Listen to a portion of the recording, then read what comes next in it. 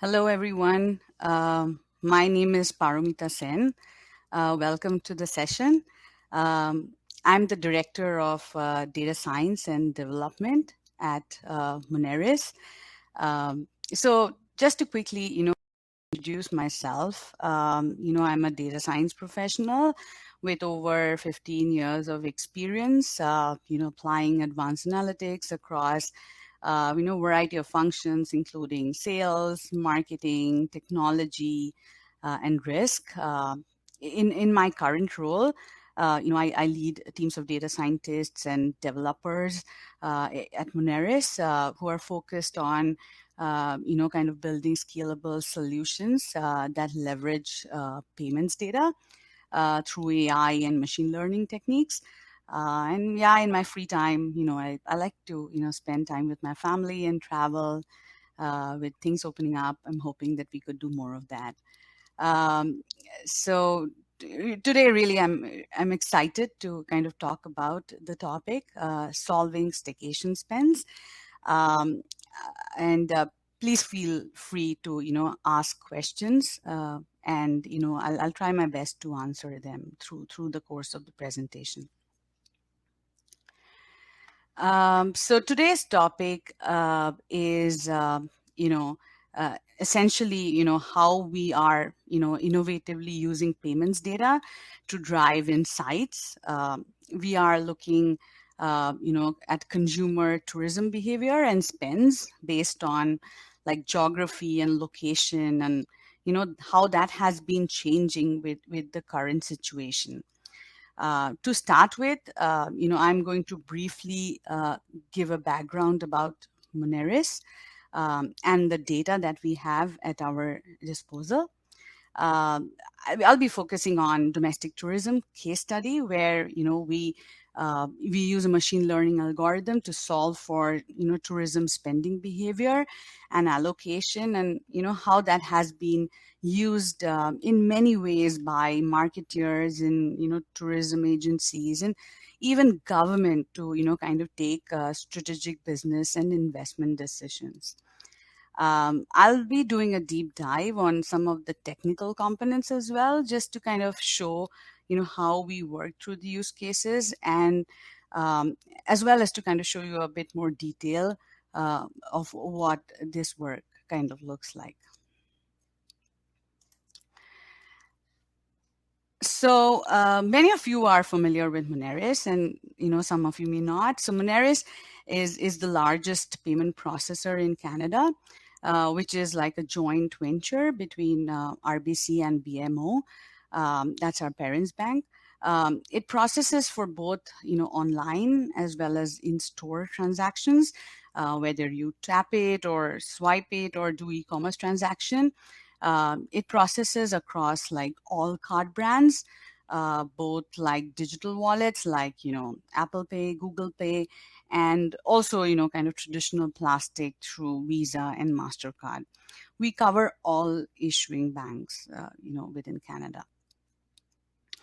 Um, Let me talk about the data we are able to capture through all these transactions and basically the integrity of the data. So Moneris operates, across 325,000 merchant locations across the country. And at peak time, the transaction count is around, 600 transactions per second, which kind of equates to about 3.5 billion transactions per year, across Canada, at every city, town, province, and across all industry segments like, retail, uh, fast food, grocery, travel, and even more. And from a consumer spending, standpoint, this is like an enormous amount of data and a very significant, kind of sample size across a very wide cross section of consumer spending categories. Um, Really, where our value proposition is, uh, with this data, we would like to leverage this rich payments information for insights and tool to help make better and smarter decisions. And with Moneris's very large market share and access to transaction data, we are kind of uniquely positioned to provide business insights and add value to a variety of business. What we're doing here is we are applying AI and machine learning to provide profiles and segments of transaction information that will help us to understand consumer behavior and trends kind of an aggregate level. Let's take an example of say for example competitive benchmarking, really understanding from an industry standpoint how a business is placed, or in really there's a lot of interest to understand effect of COVID, really how spends are recovering, or how it has been fluctuating with all the lockdowns, and even in terms of like geography and movement, where how people are really moving about. Are they traveling to far distances, or are they near their house? So basically what how they are spending and how their habits are changing with the current landscape. We also look at business performance in general, and how the business overall is kind of operating. um, so a little bit on how this kind of comes together. So we capture essentially like four main data points for each of the transactions. We talk about time of the transaction, really the date of the transaction, the location of where the transaction is happening, and the value of the transaction. And what we are essentially doing is abstracting from that information, and we are applying machine learning algorithm to really cluster and segment customers. Looking at spending habits. When I say spending habits, it's like really about whether it's a light spender, or like a medium spender, or a multi spender, or like shopping habits, like what do you really shop for, like merchandise, retail, apparel, or you just do fast food. What do you really kind of buy, and even like location from a geography perspective, like in terms of are you somebody who goes out of the province or within the province, or do you look at you're more a downtown shopper? So basically, using machine learning algorithms, we can identify some hidden and emerging patterns, which are not very easy to observe when we are strictly looking at merchants individually or their performance. Now, the next question is like, why did we choose domestic tourism, and how we can actually use our payments data to get trends from tourism.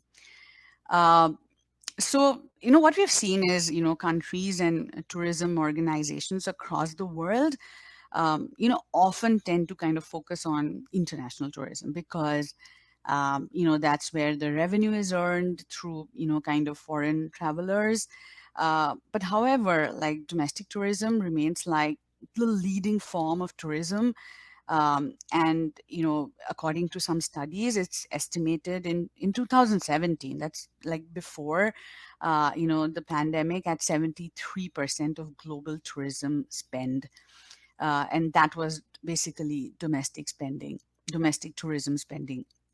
And we can only think that this has only increased with the lockdown and the current restriction, where people aren't able to move around outside their country.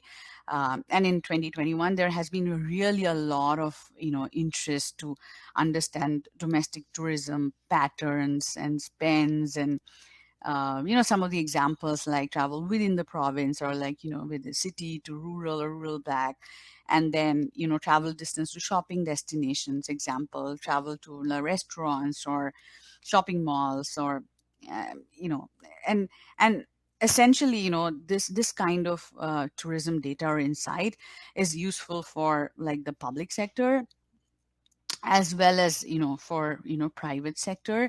Really, governments and municipalities, they use domestic tourism as a tool to kind of upgrade their infrastructure and also kind of release some pressure from like overcrowding. um, and domestic travel data can help understand even seasonality between the regions, and kind of build tactics to kind of disperse tourists to like less visited areas, which sometimes tend to be overlooked by like the foreign visitors. um, the marketeers look at domestic tourism as a way to provide marketing campaigns to like consumers in specific geographical areas, and companies evaluate opportunities to really understand how they can expand their business, or attract local tourists or local residents to their own location.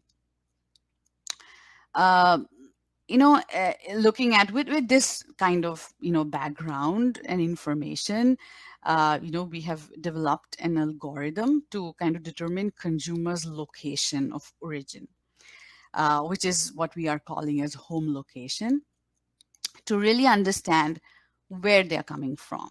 So this concept was converted into a domestic tourism data solution, which has so far helped. We're very proud of our work with government and some of the tourism and marketing agencies to understand at an aggregate level where consumers are originating and where they are spending.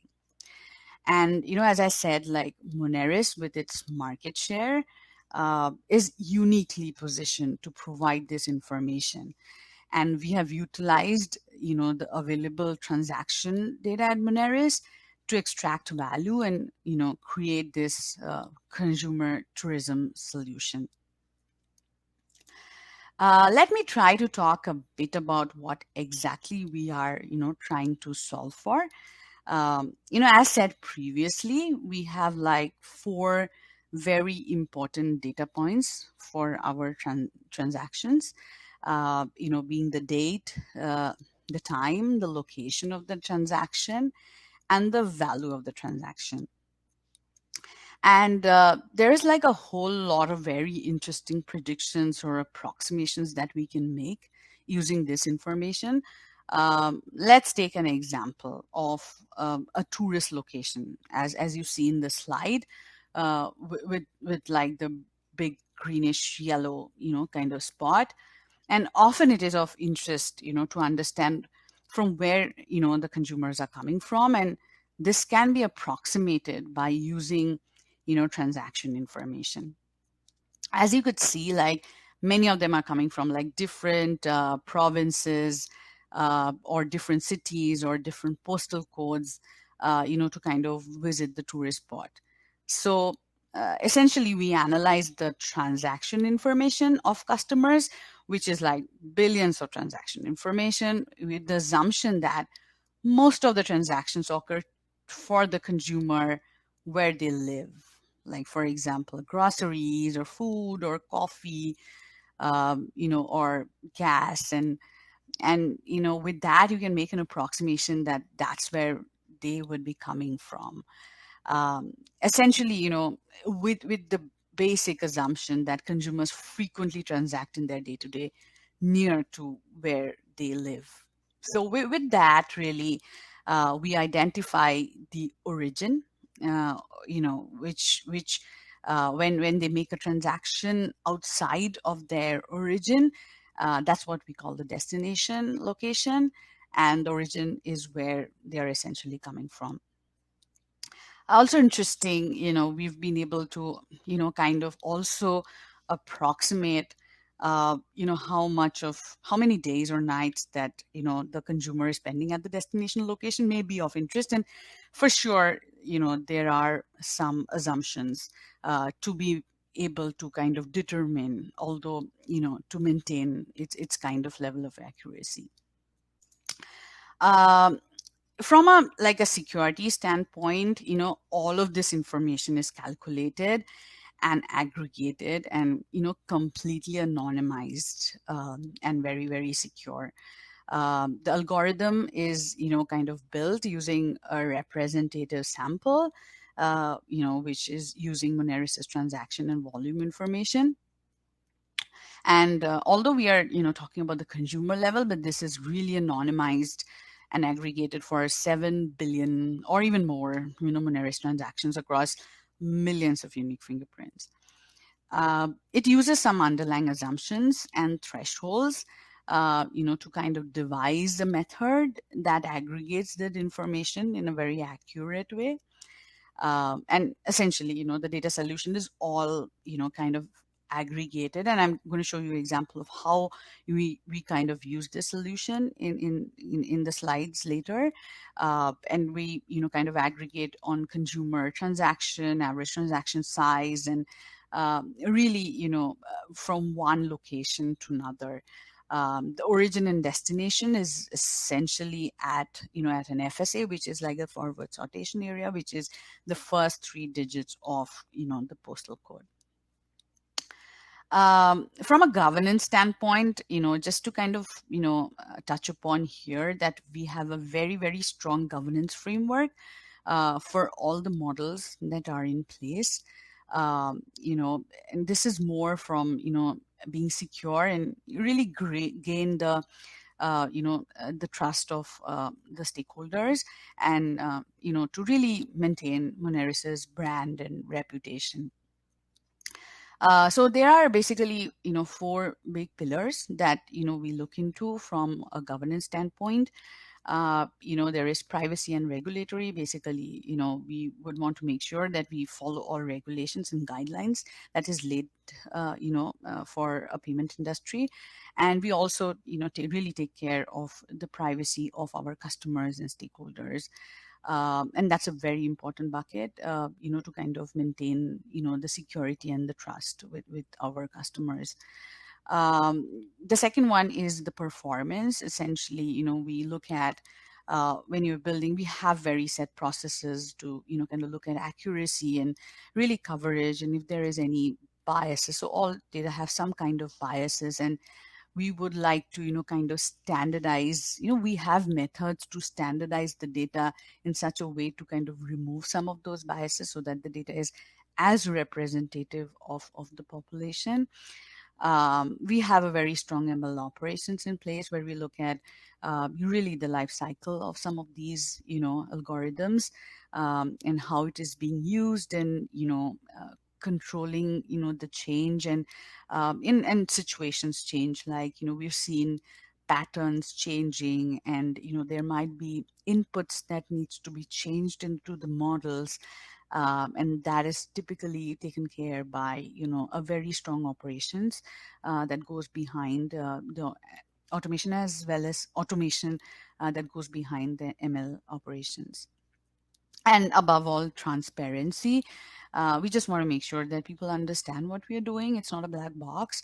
Really be able to explain that to our end stakeholders, and we are able to kind of manage and protect our data as well at the same time.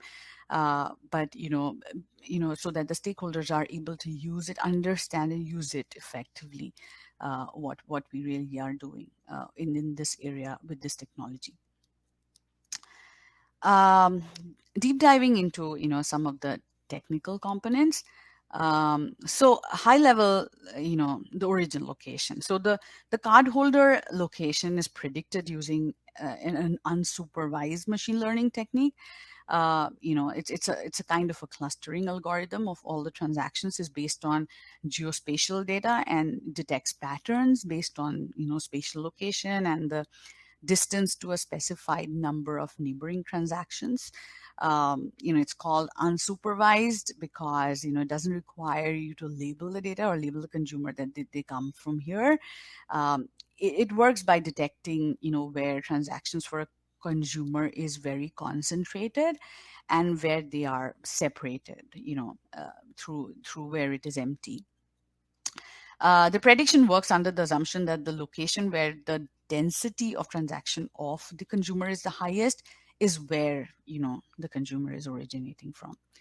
And the computation is extremely intensive, as it considers each and every record or transaction and the distance between them, etc. So we use a cloud-based technology to be able to solve this. And we are using a technology called Spark, which is distributed processing to be able to, kind of handle and optimize, for very large big data computations.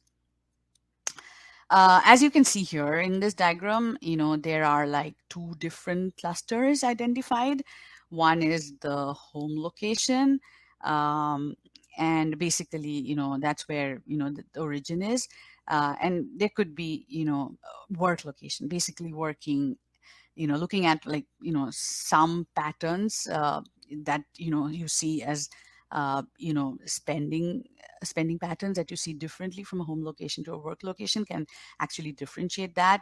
Like, for example, you're more likely to do maybe grocery or fuel near your home, or maybe coffee or lunch in your work location. But there are some assumptions in place to be able to differentiate that.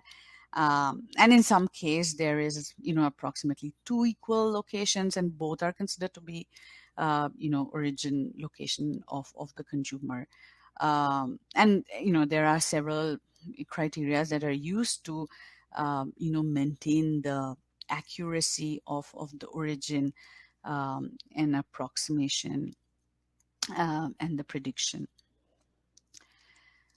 So really, let us take an example, right? So now, how do you really kind of use this data? As I said, a lot of this data is used really at an aggregate level.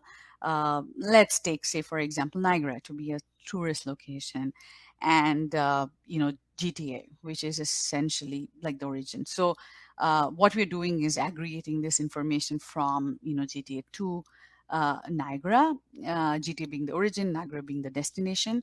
So what we essentially see here is, very interesting, and the data shows it as well, that during the initial 2020, we didn't see much of a difference. It was a growth in 2020 that was happening from 2019, but there was a sudden drop in kind of travel spending with the onset of COVID in 2020. But very interesting that it was almost back to normal during the summertime and remained that way pretty constantly high.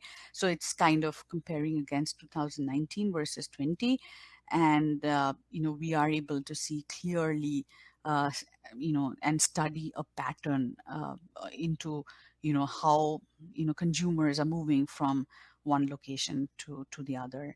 And as you see from the summer onwards, it was back to comparable to what it was in 2019. And this kind of information is really very, very helpful for many. For example, government to really understand how tourism is improving across major destinations, or really marketeers to better target based on geography. So this is on an aggregate level how the data is represented, but at the granular, deeper level, it's the algorithm that runs that identifies the origin location of the consumer. Um, Really speaking, touching a little bit on the technology side of such a such an effort here. It's really very, very large amount of data that is being consumed to build this algorithm. And this is billions of transactions across like many different geographies to produce the results. And typically the algorithm is being optimized to kind of reduce runtime and complexity and cost to Moneris. And there is a complexity, which essentially means that higher amount of input, like input you put into the model, exponentially longer it takes to run. So and that's where the challenge is. And in too few observations or too few data points, are unable to determine the origin location with good accuracy level. So we here, as I said, use a Spark technology to handle this complexity of the big amount of data.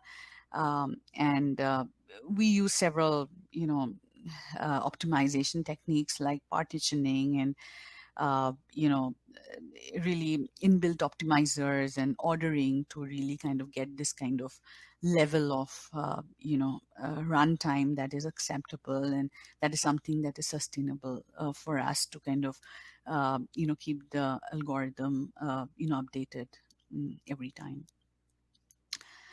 In terms of, really accuracy, we do not collect any kind of consumer information, but it's unsupervised. As I said, like it does not have a label associated with it. So, we do various ways to, really see how we can, kind of say this model is accurate.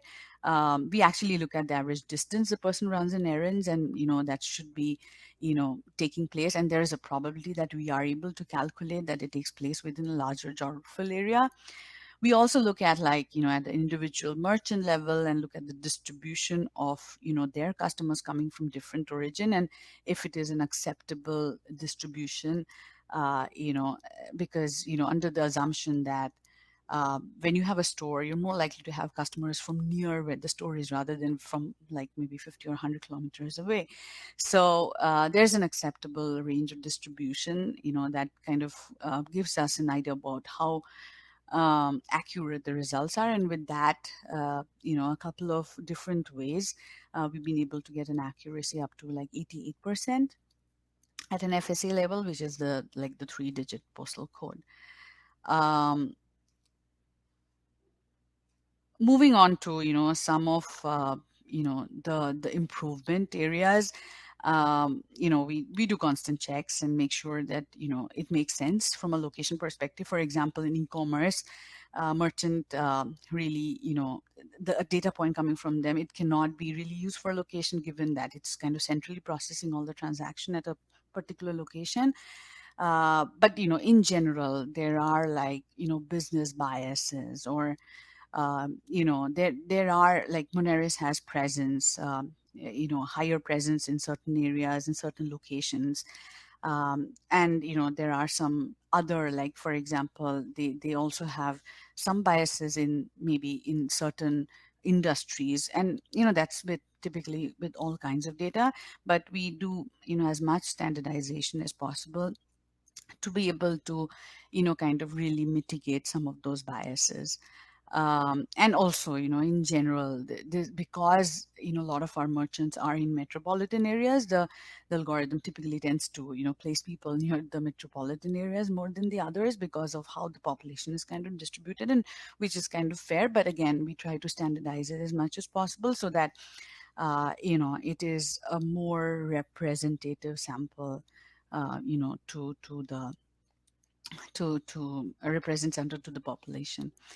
And I talked about, from a security standpoint, that we do have a lot of suppression into the data to make sure that we do not, we kind of maintain the privacy, and which definitely, we are constantly improving, to keep our information very, very safe and secure, for our customers and stakeholders.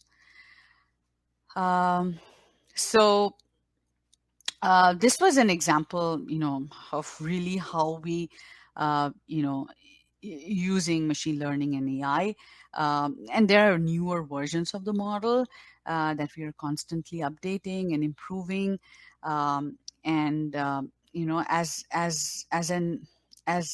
like an individual, like we always look at, transaction at an individual level, but we are looking at really a person basis now. That can improve the accuracy, because one individual can have multiple ways of transactions, and this will bring, additional insight and information with higher levels of accuracy. There are other locations apart from home and work. There could be secondary home locations, or there could be people spending time during summer in, a cottage, and that could be their, some temporary origin areas. So all those are also, being constantly being looked at into the data to kind of build some improvements. So really speaking, this was, an example of how we've kind of brought AI and machine learning to use. We've tried to put as much, kind of detail as possible to give you an idea of, all the rigor that actually goes through kind of building a solution like that. But, not just a location based, this is just one of them.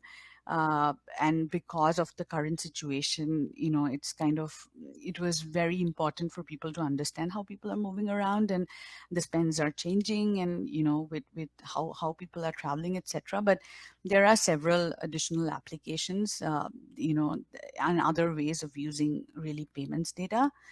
um, and One of them is like pandemic recovery index. That's um really about how people are getting to recover from their current situation, with all the businesses opening up and hoping that the pandemic is over. And and that we are able to kind of use our spending information to be able to kind of give an understanding to some of our stakeholders.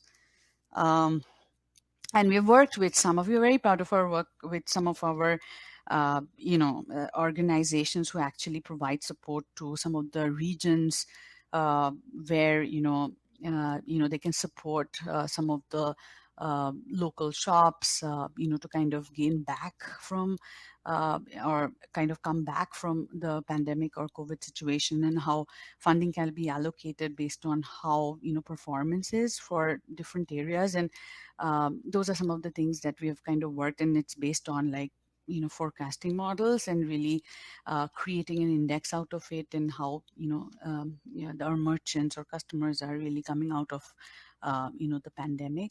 And there's economic insights that we are able to provide. For example, weekly consumer spending trends, aggregated by industry at national level or province level, or city level, and really enabling clients to kind of monitor economic impacts from rapidly changing events. And really, policymakers make better policy decisions and monitor, any kind of economic impact on their decision. And we've also supported with helping opportunity for like new businesses, to kind of identify where there are opportunity for new businesses, and really in general business performance on a continuous basis, but to really understand how it is compared to the economy and how it's compared to the industry, etc. That gives a very good idea of how which areas can improve from a business performance perspective. And even like event based insights, like um, say suppose there is like a bike lane that comes up, or in summer, and how that has an economic impact on the street, or how in terms of construction of some construction work is going on, or during summer it's opening to pedestrians. So these are some of the events that actually likely to affect spending habits of the consumers in and around. And really being able to kind of look at some of those as an opportunity for kind of providing insights and analytics. So there's a variety of interesting things, right? Really, we are able to do with payments data. This is like barely scratching like the surface. um, this was just an example use case on how we use location information, and how we are producing some of the other insights. It is about discovering the value which is embedded in payments transactions, and how we can extract it in a very innovative way to make better business decisions for our customers. Yeah, so that, thank you everyone for kind of going through the presentation. um, yeah, I'm open to opening up for questions to everyone. Please feel free to ask questions, and I'm glad to answer. So there is one. Um, So there's a question around kindly add more context around the data sources for this analysis. So essentially, as I said, Moneris, we collect like payment information, basically transaction information, and it is just very few transaction-based information attributes that we actually use to kind of, build this. Moneris kind of captures the date, time, the location of the transaction and the value of the transaction. Essentially, that's all basically we required to kind of, look at this analysis. Again, there is an opportunity to look at, all different kinds of external data as well.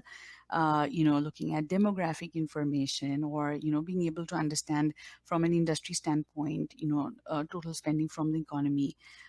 Those are some of the things that can also augment and kind of help us to look at an aggregate level what we are getting and comparing it to some of the reports that we get externally, to be able to understand how things are differing with different origins, etc. So yeah, so that's more really from the data sources that we essentially use. It's completely in-house, and Moneris being uniquely positioned to be able to provide this information. Do you have any data from third parties, like government data, informing your algorithms, or is it all original? Yeah, it's all, as I said, it's mostly to do with yeah, in-house transaction information. It's only when we use outside information is when we have to look at what finally the aggregated output is, and then compare it with some of our external data to make sense out of it. Also, we kind of add some of the demographic information to be able to kind of draw more insights out of it. So that sometimes we do based on the need right now. Okay, those are the two questions that I see. Um, Anybody else?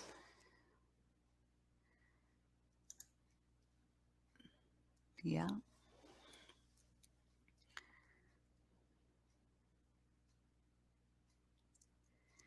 Okay, I have another one. Can you give an example of successful implementation at Moneris that has been the result of using AI and payments data?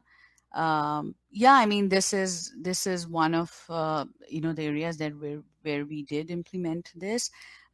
This is pretty much taking care of all aspects of kind of building, using the data to build the model, to kind of putting to production, and making sure we work with some of our our merchants, as well as we work with some of our government uh, you know um, authorities to actually use this data to help them make better decisions. So this is a good example, and I talked about some of the others, like where we draw some economic insights, as well as some pandemic recovery indexing and all of that.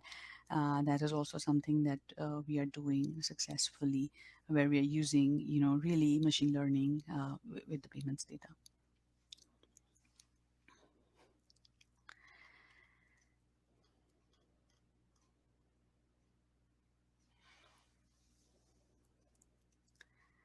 Yeah, so that's about it. So thank you very much for joining this session.